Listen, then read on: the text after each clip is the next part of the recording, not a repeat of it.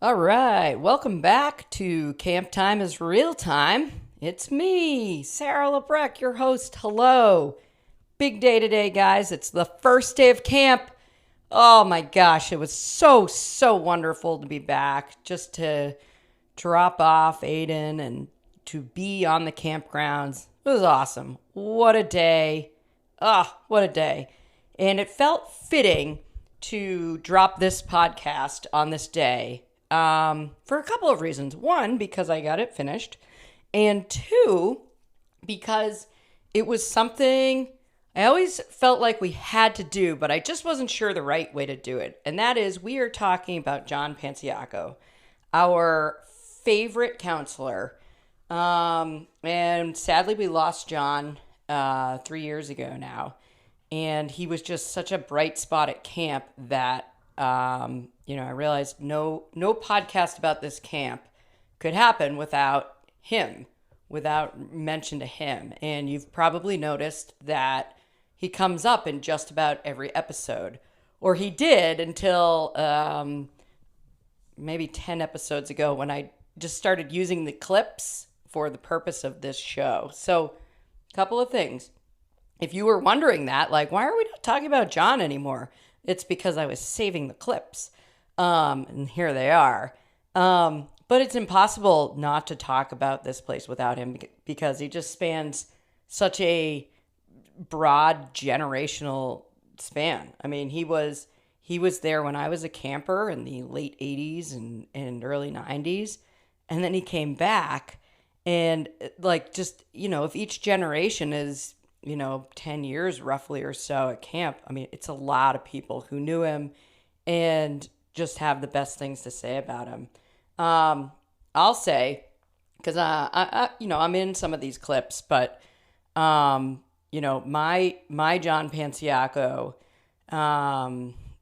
just kind of feeling is that he was a counselor that I recognized as like one of the larger than life ones when I was a camper. I was like, oh, like John Panciocco, yes, like he is in that upper echelon of like people who make camp what it is. Like I always, you know that as a camper, you can feel it. And then when he came back, there was this buzz around it. It was like, did you hear? Like, did you hear who's coming back? And it was so cool. And I didn't really know him as a camper because I was quite young when he left, and came back, and I'm like, all right. And this guy comes back, and I'm like, not only is he the coolest guy, he's nice, he's awesome, he gets camp. It's like he never left, knew exactly what to do, kind of embodied everything that we would hear Tom talk about at orientation. Just like he just was him. And it was just so great. And I can't remember. I think I worked 1 or 2 years with him. I can't remember how many years we overlapped. But what stuck out to me is that he treated us like he was like, yeah, like we're all head counselors here, or we're all just like, there was no hierarchy, there was no ego, and it was just so great. One of the things I do that he also did a lot, and I'm like coming to learn this from listening to all these stories, is when you're in sing, and I mean, you can just kind of dictate the way things go from the crowd, like almost more so than if you're leading a song. Like you can give those people the biggest round of applause they've ever had. You can speed up the pace of sing. You can do whatever you want. You can interact with people who are up there singing or doing whatever. And that was something I always noticed from him when I would come back to visit. And I don't know. I don't know if I got it from him or if it was something that just the camp, kind of made happen. But I thought that was cool. And the other thing that I'll just say is that after I had been gone for several years and I came back to visit and I saw him out in adventure, and I had like just recently gotten engaged, and I was like, yeah, I get married. And he was like, could not have been kinder. Just, that's so wonderful. I'm so happy for you. Well, I mean, these are things that normal people say. I get it. But it just means something a little bit more when it's someone you really look up to and there's no strings attached to it. Just like that's wonderful. That's great. Like look at you, like, moving on with your life. It's great. Now, have I moved on? Of course not. Here we are doing the podcast. Um, so, I just and it is one of those things that I don't even have a concrete story to tell really too much. Aside from the way that the mark that he left, just the way that he made me feel and what he did at the camp. And, it's just, I'm forever grateful that there is a person like that in my life. And I think that, really helped to shape the camp. And I'm so happy that everyone feels the same way and has. I'm so happy that actually everyone has a specific memory to share because I think that's better. Um, we're gonna kick it off here. And if you hear any like feedback or buzzing in the background, that means it's a really good story. Don't worry about it. Do not call the engineers. They don't know what they're doing. So anyway, I want everyone to enjoy this episode. It's the first day of camp. How fitting. And we'll talk to you soon. Hey there, it's Sam. Very excited to make it onto the pod. Camp Time is Real Time, JP Tribute Edition. Sarah, thank you so much for doing this, and very excited to get to share a couple of stories about John, and I got somebody very special here to help me kick it off. Hello, it's Carrie, and if you've been listening to the pod, you know my adoration for John. And I will say that I think that he would get the biggest kick out of the fact that Sam and I had to research what a voice memo was. He definitely would have razzed me all summer about this because he this would have been right up his lane. So this is for you, John, our favorite guy ever. We love you so much, and I'm so happy to give a shout out today. Thank you, Carrie. And you're right, he would have razzed us all summer long about that and many, many other things, right? Because as we all know, one of John's most special characteristics or traits was his just incredible sense of humor. He was so, so, so funny. And, he had a lot of different ways of being funny. I think the one that I think of the most often is when he would play something off with that very serious face, very droll, um, kind of that dry sense of humor. But whereas a lot of people play things off like that and they kind of keep it going for a long time, with John, I felt like he was always really happy to just break character and start laughing right away and let you in on the joke. But that was kind of like one of his go-to, joke personas. I thought it was just so so funny. He was a really really really funny guy, and I got to know him when he was very young. And other people have mentioned this before about him that he was pretty shy when he first came on board. I don't know how aware of that I was. I was probably only about 10 years old when he came on the staff in the mid 80s, probably around like 1986, as an assistant counselor. He was actually the assistant counselor of archery. And back in that day, fun little camp fact here for you, assistant counselors used to get assigned to one area for the entire summer. So he was just the archery assistant for 6 weeks. He may have done another job after that as an assistant. I can't remember, but he, in short order became the head counselor of the archery area, and that's where I think, as he's approaching probably 18, 19, 20 years old, he started to really develop that John FCDC persona that we all love and remember about him. He certainly made a huge impression on me. I always really looked up to him. My memories of being a 14-year-old assistant counselor, and he's probably 19 or 20 as a head counselor, and I just was clinging on to every single word that he said. Always just so so funny. He was also, as probably a lot of people know, he was one of Gail's favorites. Somebody had mentioned on one of the podcast episodes about how Todd Ferris was Gail's favorite, and might have even mentioned that John was too, but certainly I'd put those two in the same category as people who could do absolutely no wrong in the eyes of Gail, which is really something to not take lightly at all to reach that type of level with Gail.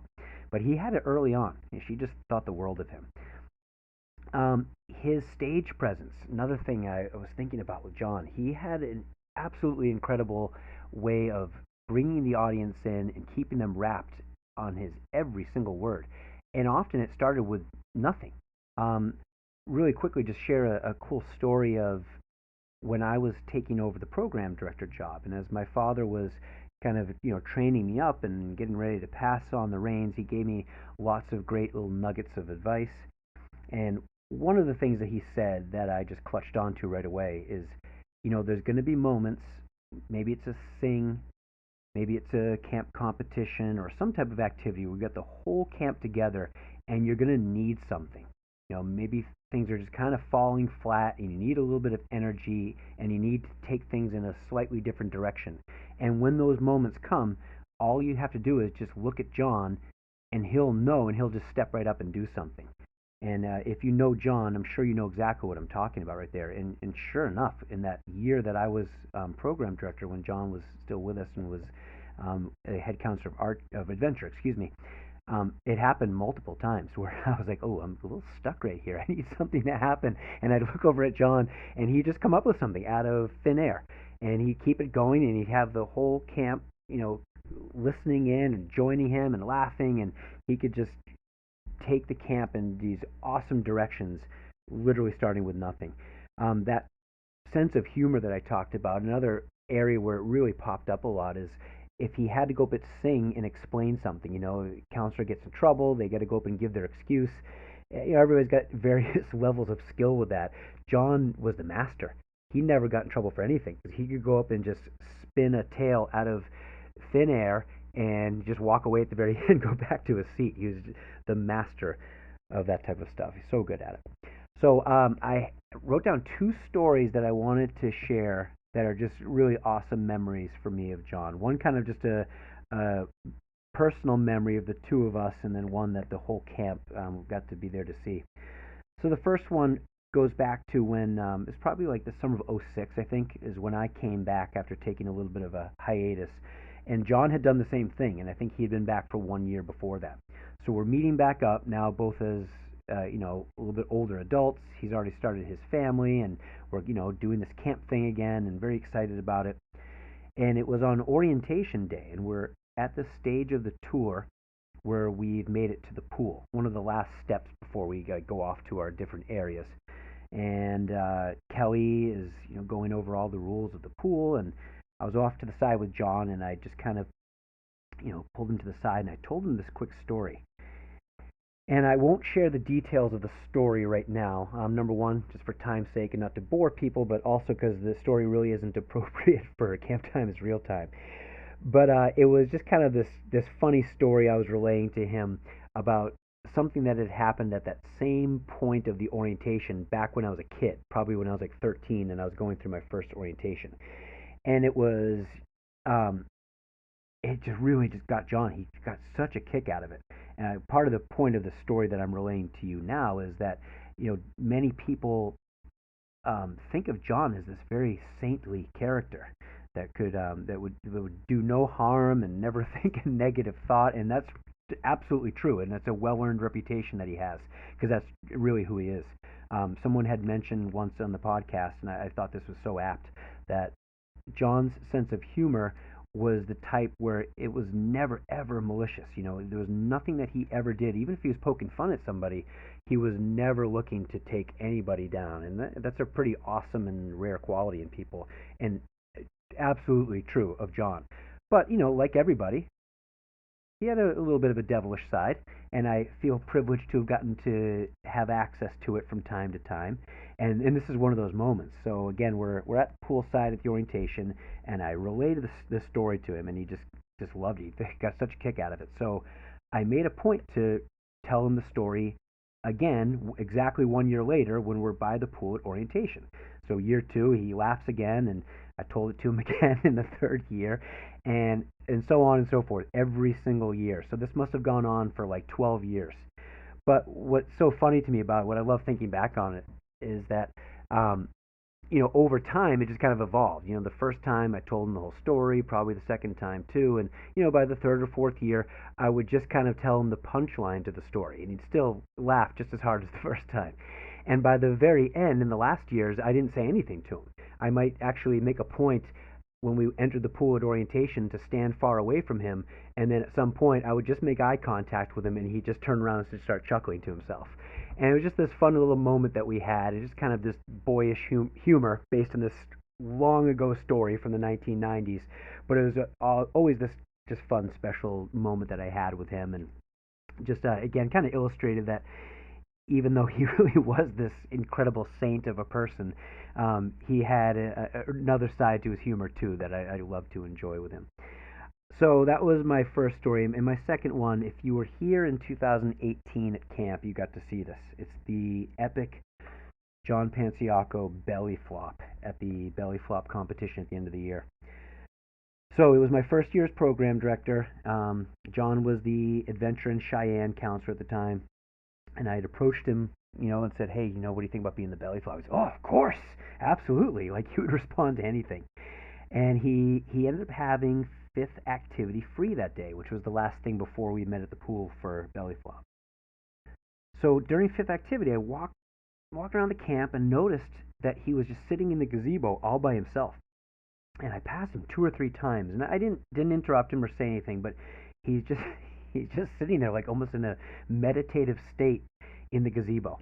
Now the bell rings. He goes to the pool. We have the competition, and again, if you were there, you saw it. If you weren't, it wouldn't surprise you. But his belly flop was absolutely epic. It was perfect.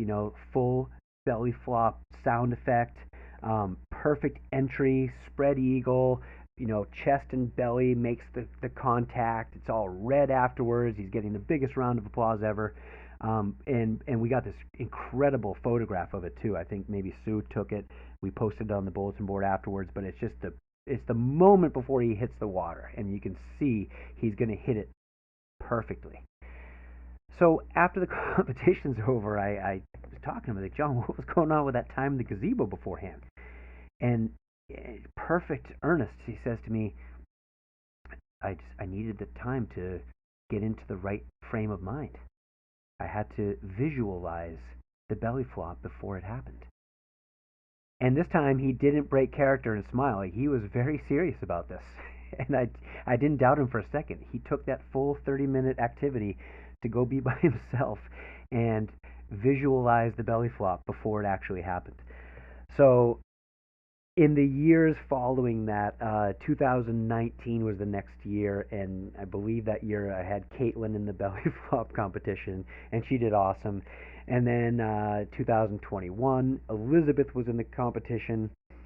She did a great job, and you can see where this is going. 2022, Mary's going to have to complete the circuit and participate in belly flop and live up to her father's incredible performance. But when I put Caitlin and Elizabeth in it, I made a point to tell them that story and say, if you need to take some time to get yourself in the right frame of mind, get in that Zen state before belly flop, you go for it. Anyhow, thank you for listening to those stories. Love John so much. We miss him so dearly at camp, and I think there's a lot of people that know what he brought, and we've all tried in our own ways to fill in those holes that he left, and we'll never be able to do it right. There's no replicating what John did, but we try our best. We want to continue a lot of the great traditions that he brought to camp, and never ever ever forget what he was and what he meant to all of us there at camp. John, miss you, buddy. Love you so much. Wish you were still here with us. And I love that all 3 of your daughters are still there, carrying on the incredible Panciocco legacy that we think about all the time. All right, miss you and love you. Here's Liz Fernandez. I do, and I actually think I was one of his first tribes when he came back. And So cool. It was so cool because I remember you knew right away that he was someone special, and you felt special because of that. And he was also the explorer's head counselor. And so it's like you're in that final year as the oldest camper, and then you have him. And what I remember about him, like one of the memories that sticks out is we were getting ready for our Friday cookout skit.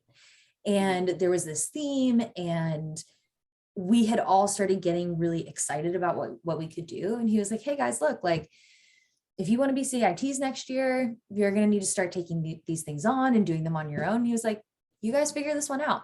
Like you do the skit. And I remember feeling, that saved him a lot of time. Nice move, Panciocco. But we felt so special and like so old. And when Carrie said, powerful was one of the things that John used to say all the time, I got chills because I remember him saying that. And I remember like putting on the skit for him in a dry run and him being like, you guys, that was powerful. And us just being like beaming, like, we got John's approval. But yeah, it was just one of those tangible moments of really feeling like someone's putting trust in us, giving us this responsibility, treating us like we're older. And I think he just had that ability to bring that out in people. And that's one of the things that I remember about him. Here's Bree Lynn. So John Panciocco, one of my first memories of him is pretty specific actually, because I was his first assistant when he returned back to camp in around 2004, 2003, somewhere in there. I remember because I had just gotten my license that spring, and I was driving to camp by myself, which was always so exciting. And at the orientation, we were talking about cookouts, and I don't think they did cookouts when John was originally a counselor, or it was done very differently because he was just like, I don't know what to do. What do I do with this? What do we do for cookouts? I don't know how to do a cookout. And I was, of course, very eager to get in on the secrets of the cookout prep. So I, volunteered. I was like, John, I have a car. I can go to Market Basket. I can do the whole cookout. Don't worry about the cookout. I got this. So, so I did. I don't know what I made. We made like tacos or something. But I remember he was so happy that I was willing to do the cookout as an assistant. And confession, I think that I got him into that habit because I think after me, every assistant that John had had to do the bulk of the cookout. So I'm sorry to anyone who had to do that. It was totally my fault. But yeah, I always remember we were, the oldest group. So John was chronically late in the mornings. Because he had to bring all the girls, and he would always run up behind the music shed to try not to be seen coming in late. And there were a lot of times where he got caught, and I just remember him having to go up at Sing and coming up with the most elaborate, absolutely hilarious excuses for why he was late. And I would be back there with, Sue Rice and Kelly, and we would just be sobbing, laughing so hard. He was so creative and funny. He's so genuinely funny, and I appreciate that so much about him. He was always, I had a reputation of being the girl that didn't smile, and it was so nice to be around him because he was so jolly. Just a jolly man. Yeah, miss him very much.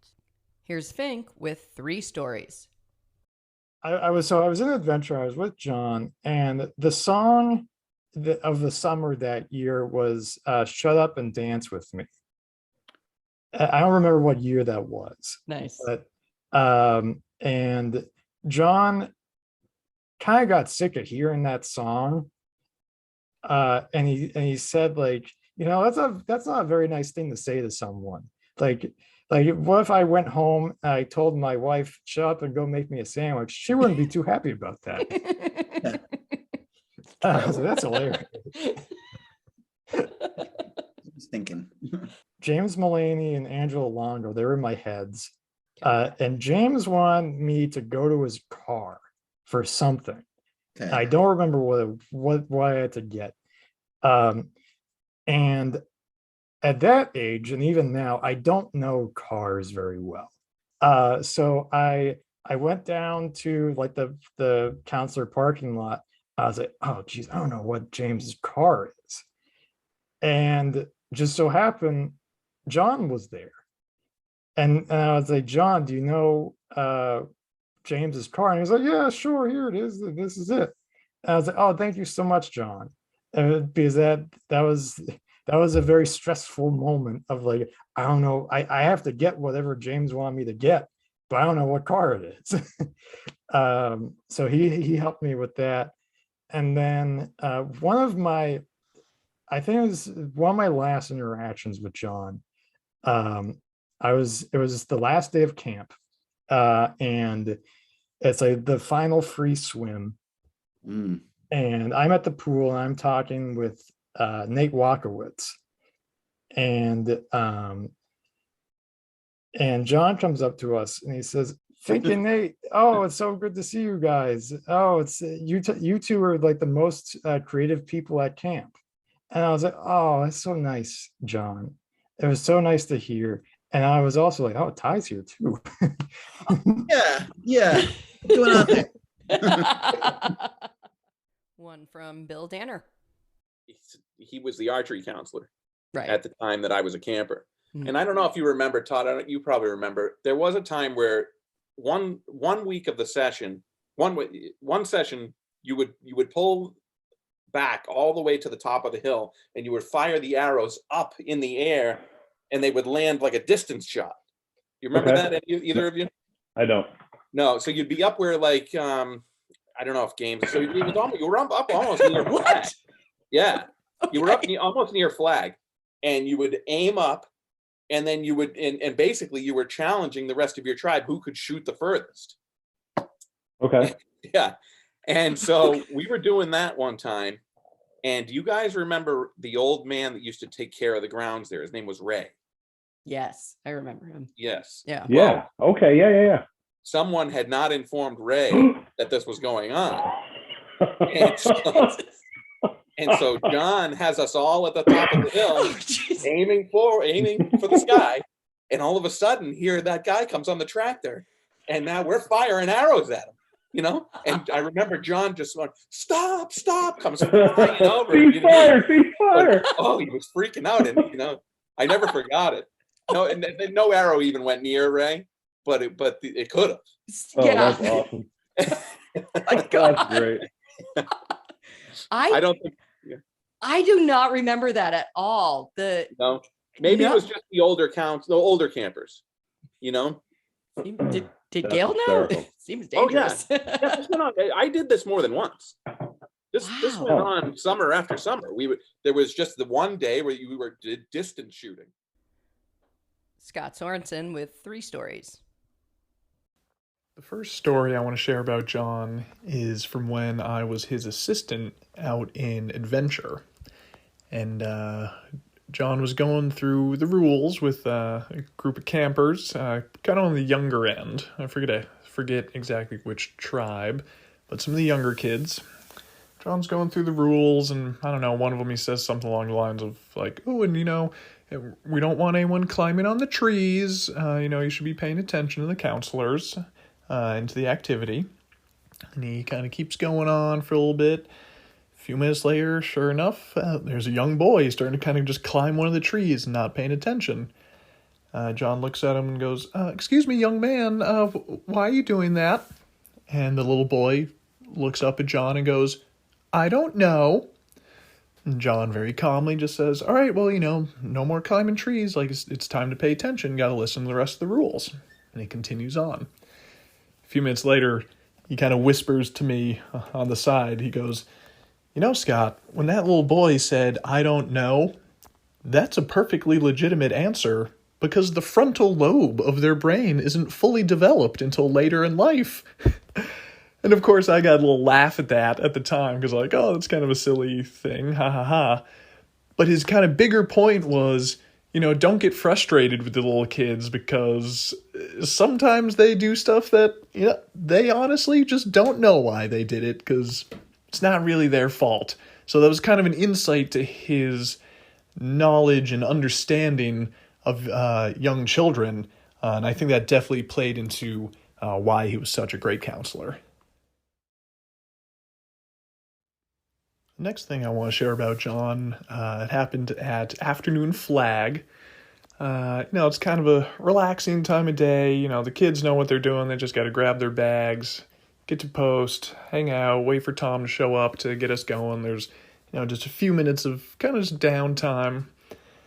So John and I were just kind of soaking up the sun, keeping an eye on our tribe.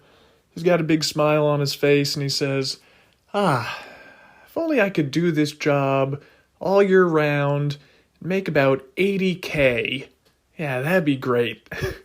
So I got a laugh out of that one as well.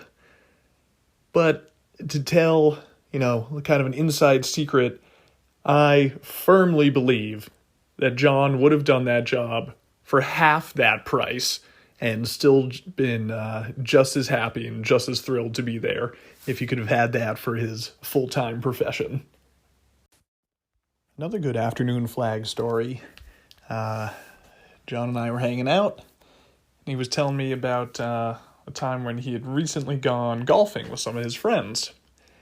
And one of his friends offered the group of guys there some chewing tobacco. Now, bear with me, listeners.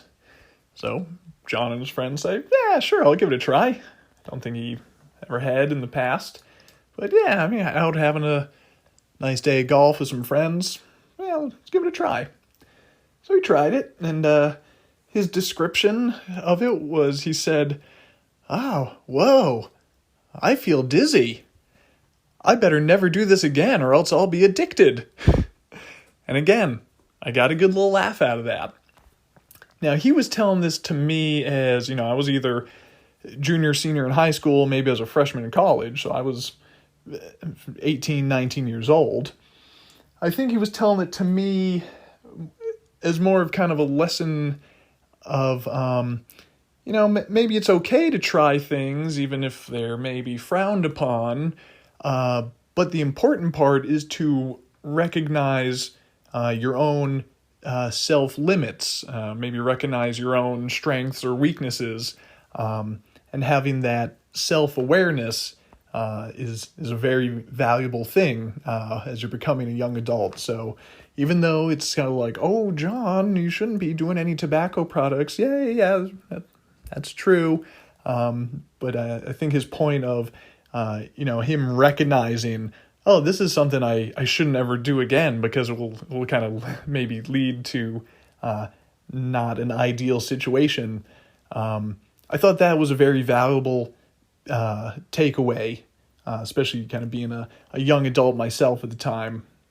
And that kind of helped me make wise decisions going forward in my life, maybe not necessarily avoiding every single thing that may or may not be a great idea, but definitely recognizing in myself my own limitations and be able to make responsible decisions based on that.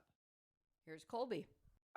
There's so many great things that you can say about John, but I think what really comes to mind for me and what was like what I noticed most about him was just like how knowledgeable and caring he was about just anybody, just anybody. I mean, and I remember when I went as a Cherokee and I came back home and I told my mom, oh, like there's this funny counselor named John Panciocco, and she went to Medfield, so she recognized the name Panciocco, and she goes, oh my gosh, John Panciocco. I think she didn't graduate with him, but she was like a few years younger, and I think one of his brothers was in her grade, and so she didn't really know him at all.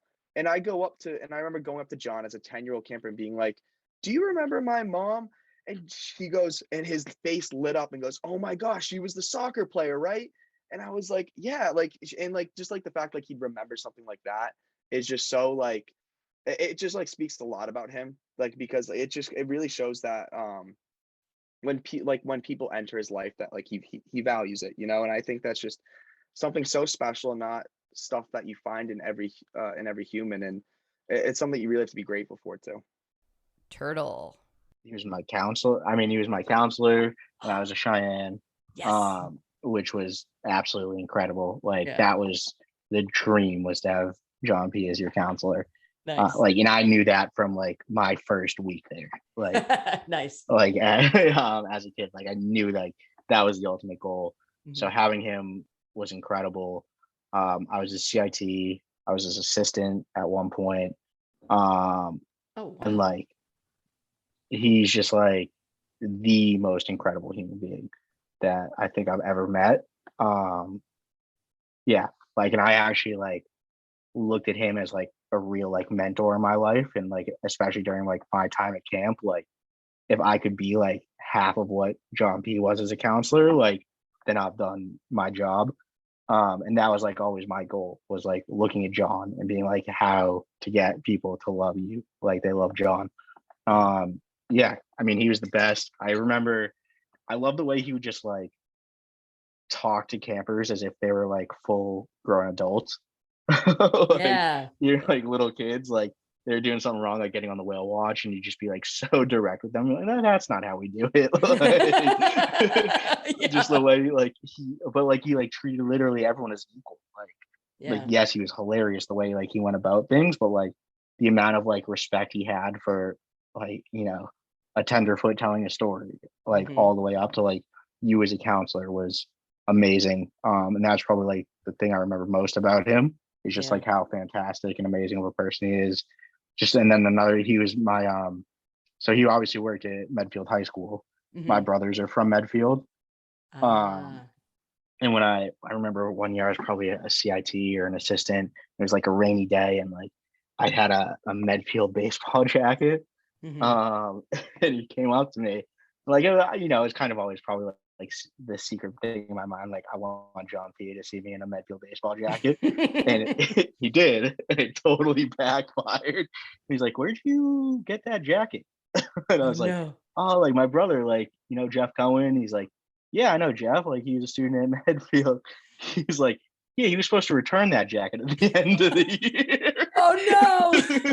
And he said something like, no wonder why my budget got cut, or like something like that. And I was like, I still don't know if he was joking or not. Well, that's the thing. Yeah. He has that like deadpan, and you're just like, oh, wait. That was, I mean, one of my favorite moments of John, is like on a personal note, but like, yeah, I mean, just literally the quintessential, like, greatest person I think I've ever met, especially at camp, if not anywhere. Here's Todd Ferris. All of the stories that I think he was the original one to like get, because he was always barefoot. Yes. Right. I never knew him to not be barefoot, but he always got out of it with the like the defenses of having someone else write the letter or whatever, like some of his, because he had just like the best sense of humor, and like they were truly entertaining. I mean, it was great stuff. John was the first one to write letters to Tom at Sing. You remember the anonymous letter would show up, and it would say, "This is why I was late. I stopped by a nursing home that was on fire," and John was the first one to do that. That has traveled on since then. Oh yeah, he started. Oh, I love that too, because Tom would start reading it, and you'd see Tom just go, oh, "Yep," like he's gonna get out of this. Like he just he knew when it was over, and he's like, "All right, we'll go ahead and read the rest of this, but you can sit down." Here are the Giddings kids, Josh, Trisha, and Rachel, with some John memories. When John would get in trouble, and trust me, he was like, especially with the girls, they'll tell you, like, he would show up at like 9:15, like as a head counselor, and it's like, sorry. And he's running in with 3 girls, like 2 of them he's carrying, and Caitlin is literally running behind him with the backpack that's bigger than her, right? He's like, oh, I'm sorry, like, got a late start this morning, right? Yeah. And he would always find a way to get out of it. He has never done any punishment. Yeah. And I guess that was his punishment, right? Was like, all right, instead of doing dead ants, I guess you can come up and do a 5-minute story of like how you saved the day from, mass extinction, or like, Right. atom bomb from the cat came back or whatever, Yep. Just narrowly avoided it. Yeah. Like, oh my God. Yeah. I remember Mom being like, I need to get John in trouble just to hear the excuse. Just to hear the excuse. Yeah. Like, that was the goal. like that was it. Well, first of all of us were Cheyennes. He always had one kid that summer, his designated coffee getter. So that was definitely, I was it. I'm sure you guys both were as well. Nice.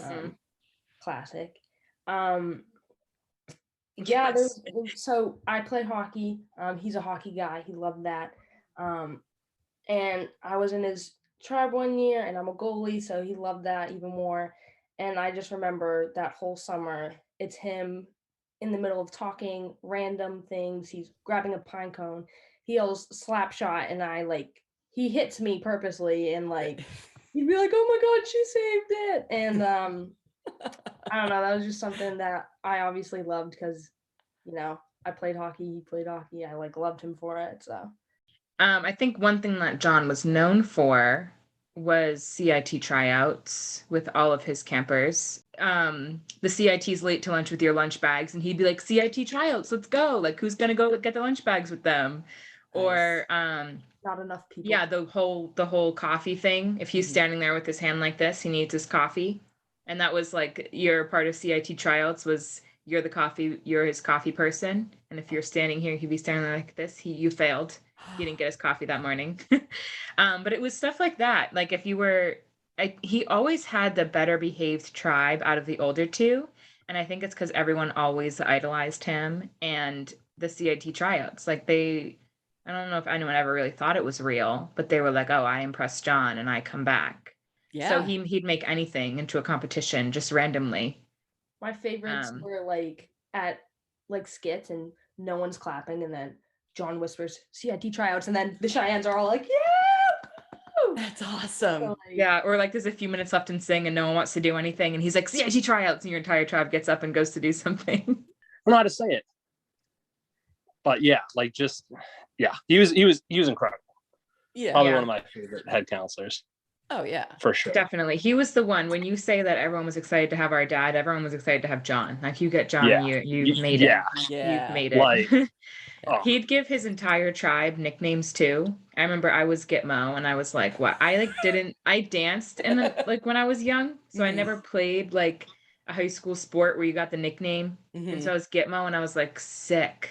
And there was one year, our skit was Miracle. We were supposed to be doing the Miracle on Ice movie. Yep. Yeah. And he did the whole speech from Miracle on Ice for the announcement or something. I don't know. Yeah. But we all made shirts and they were supposed to be jerseys and they all had a number on the back and then our nickname on the back because he gave every single person a nickname. It was like going up to Cheyenne, I was Trisha Lisha the entire time. And then once I was a Cheyenne, everyone else got a nickname and I got a new nickname. Here's Fred Berger. Hello everyone, Freddie Beckman, and I had John Panciocco when I was a Cheyenne in 2012 during the 40th year of FCDC. And the story I'm going to tell about him wasn't when I was a camper, but when I was a second year CIT. This was a great story, and it's really what I think developed me, made me think of the ways how I can be a good counselor and head counselor moving forward. And so I was the arts and craft counselor, and his tribe, the Cheyennes, were in arts and crafts that day, writing a little lineup for their kickball tournament later that day, and they were putting all the guys up front and all the females in the back just because they thought it was better. It was going to hit farther, it was going to be stacked up, and I just thinking to myself, this is not how tribe should be at camp. Everyone should be intermingled, having fun. Some of the girls were crying, so I just went up to John and I told him what was going on, and I remember him standing in front of his tribe in the gazebo. I think it was a Wednesday because it was some wacky Wednesday, something like that, and he was just giving his tribe a speech about what camp was all about. It's okay to be different. He was saying is a 40-year-old man. He's wearing pipettes in his hair. He can paint his fingernails, wear face paint, do whatever he wants. This is his camp. It's okay to be different. And as a tribe, you all need to be together. You guys are the oldest tribe on this camp. You need to be role models for junior camp and going to be CITs next year. And just everyone needs to be treated equal, and everyone, it's okay to be who you are. It's especially the time we're living, you just push that. It's okay to be who you are. Camp brings out the best in everyone. It's all different types of people, different walks of life coming together and really enjoying this camp. I just took that forward with me to my CIT days, now my head counselor days of everyone is different. You know, no one, two people are alike, and people's personalities will clash, some will be together, but camp is definitely this unique place where you can be who you want to be, and it doesn't matter because you're going to find a place here, you're going to shine, and everyone's going to love you. And I just thought, like, seeing that as such like a young 14-year-old from a 40-year-old is just so cool to hear that story. Now I think about it when I'm a head counselor, just, yeah, it's perfect to be different, you know? Everyone's different. But that's my John Panciocco story. And Katie Sorensen. One thing that really sticks with me about John was his ability to point out the sheer absurdity that comes with working with children. I remember one time, right after the oatmeal competition, he was walking by, you know, heading to maybe jump in the pond or, you know, hose himself off. He's covered head to toe in oatmeal, and he just goes, "I went to college for 6 years." And I just remember howling laughing at that.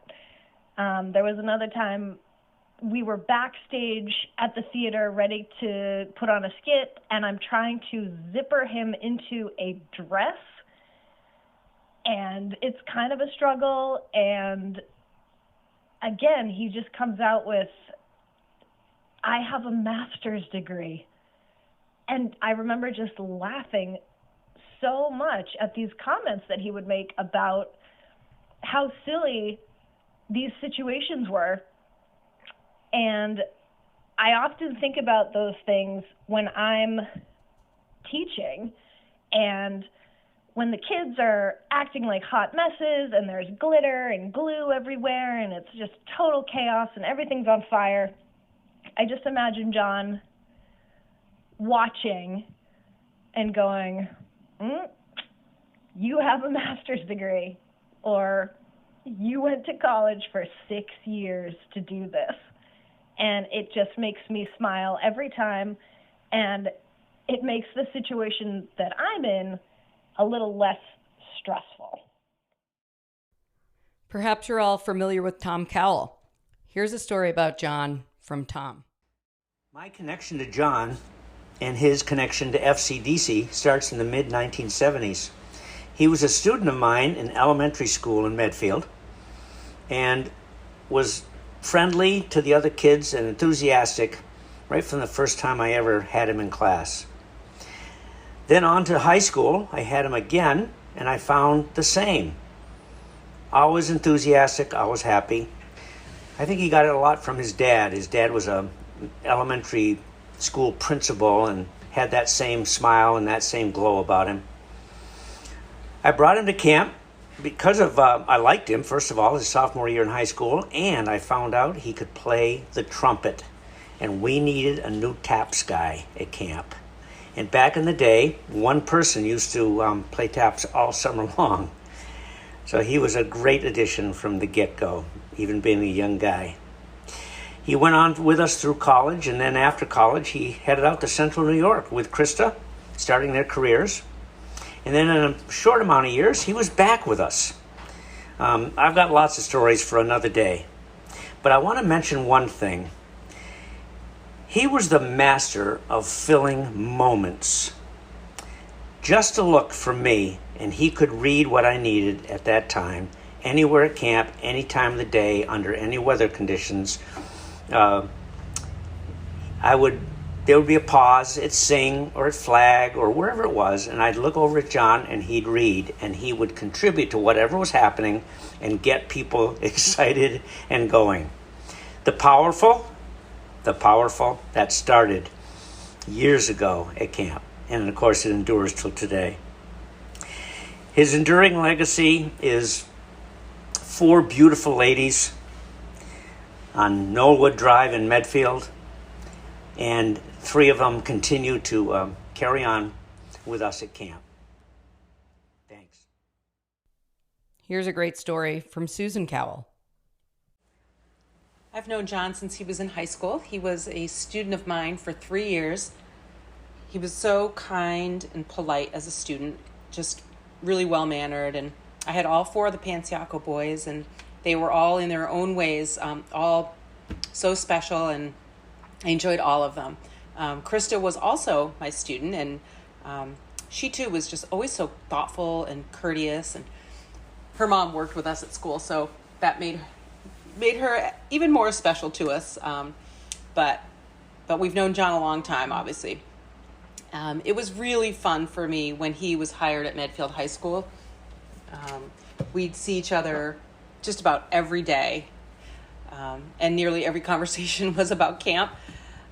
We'd see each other, coming down the hall, and from way down the hall, the kids would all be gone and in the classrooms, and John and I would be going somewhere between periods, during periods when the halls were empty, and we could see each other way down the hall. And when we'd meet, it was like, finally, someone who understands me, right? We both knew about this whole other world, and everybody at camp knows, like, no one else understands, but it was so great having that moment with John pretty much every day, to share just that common understanding.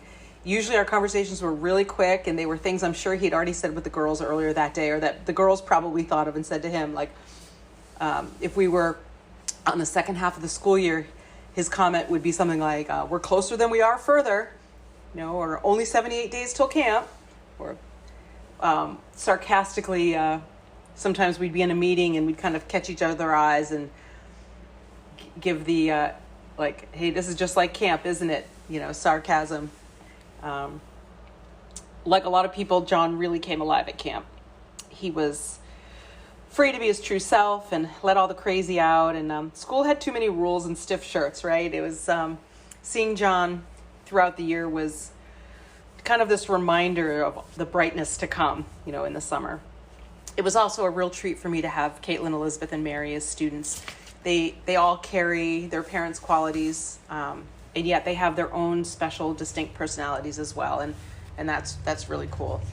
A really neat thing that happened at school 7 years ago, a group of teachers created this Humanitas Award, and it was to be given to a senior at graduation. And the award was designed to recognize students who demonstrated kindness, inclusion, citizenship. And it says so much to me that in 2020, the award was renamed the John Panciocco Humanitas Award. And that was an honor to, honor and remember John's kind and welcoming spirit. And I can't help but think that so much of that was kindled here at camp. And I'm so happy that other people at school saw what we see.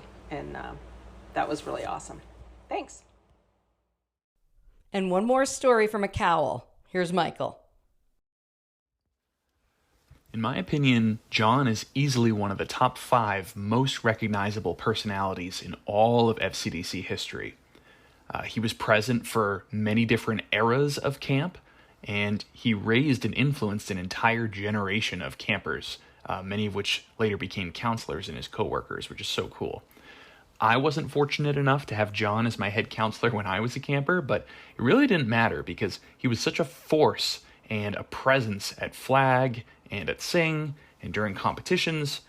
And so as a camper, even after the first week of camp, you felt like you knew John so well, it was like you'd already spent 6 weeks in his tribe.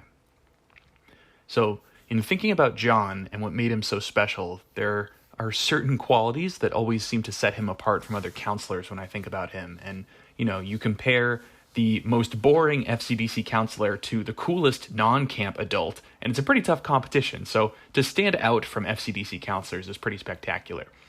But the things I think made John stand out, 2 main things: his skill for improvisation and his unique style of delivery. So first, to summarize the improvisation talent, whether it was an announcement at morning flag or when he was called upon to fill some dead air during sing, it was like in milliseconds, John would very matter-of-factly make a hilarious observation or quote a famous philosopher or politician in order to resolve some conflict or answer a question. And my favorite of these moments was back sometime in the 2000s.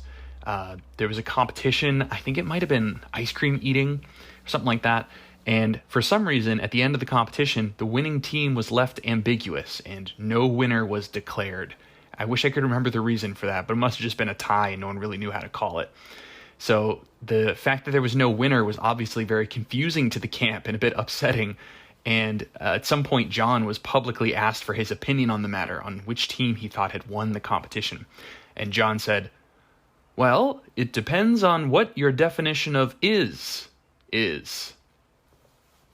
So in terms of John's unique style of delivery, which is his other characteristic I usually think about, I don't really know how to describe it. I suppose I would describe it as Shakespearean. And so rather than try to explain it in any greater depth than that, maybe it would be more fun to hear an example. So for your listening pleasure, here is a standard morning announcement that might be made during flag, and it will be read twice. First spoken in the style of a one-and-done head counselor, and then afterwards spoken in John's style of delivery. So here's the one-and-done version. Today, the Cheyennes are going to be doing a skit about chipmunks. And now here's John's version. And I'm going to set the scene real quick. Tom's hand is tracing a path around the circle. He points to John and says, "John, what do you got?" John takes several steps forward, with both of his hands raised to the sky, and he leaves a moment of dramatic silence. Then he begins. "Friends, esteemed colleagues, campers, Gail, today marks the first day of a new chapter in FCDC history. This afternoon at the theater, the Cheyenne Drama Squad will be performing something that can only be described as pure art. You think you know chipmunks? Well, think again, bub. Prepare yourself for laughter, for tears, but most of all, applause. For this afternoon, the Cheyennes will be making rodent history. Thank you." And one last thing.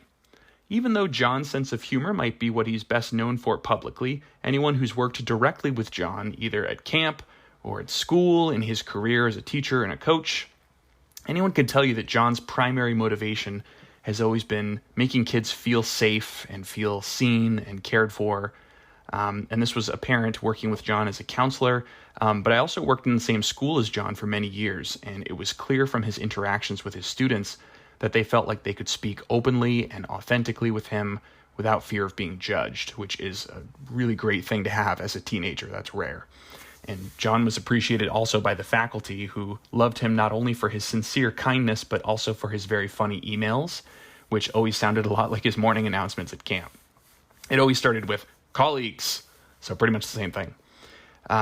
In fact, speaking of John at school, there's actually an award given out at John's school at the end of each year, and it's given to a senior who exemplifies integrity of character. So, for example, the award would go to a student who reaches out to marginalized kids who are usually ignored, or to someone who stands up for kids who are bullied, or for a student who invites the lone kid to join their group and generally makes everyone feel welcome in the classroom. So anyways, after John's passing, this award was renamed in his honor, which I think says everything you need to know about John and the mark that he left on other people. So that's very touching, but I doubt John would want me to end this on a somber note, so I'll wrap up here with my favorite John Panciocco moment of all time. And this was many years ago, sometime in the 2010s. John was participating in the spaghetti eating competition, and as you'd expect, John had put 100% of his effort into the competition, and he was a clear contender. Like, he was possibly going to come in first or second place, and we were just waiting on the judges to call it. And after the judges had seen all of the plates, they pointed to John as having came in first place, and he practically leapt up out of his seat with spaghetti sauce smeared all over his face and his shirt, and with spaghetti still in his mouth, he shouted, I have a master's degree. John Panciocco owes me $20, and frankly, I'm still waiting for it. We made a bet in 2017 about whether I could convince the Cheyennes to lip sync to like Whitney Houston or someone, which obviously he knew I could because literally that's what I do. But John taught me that you can always come back to camp, that it's there waiting for you if you're at a low, it's there to help you get high again. Sometimes he would come into the bakery and he would sneak behind me and he would sneak and say, "I love your work. I want to see more." He would always say that. "I love your work. I want to see more." And it always made me feel so, I always wanted to do it for him, you know? He snuck one last one to me right before he went. I think about it like all the time. The real bet that we made was whether we could spend the rest of our lives at camp. And I guess actually I owe him $20. So I guess, John, we're even now. I love you.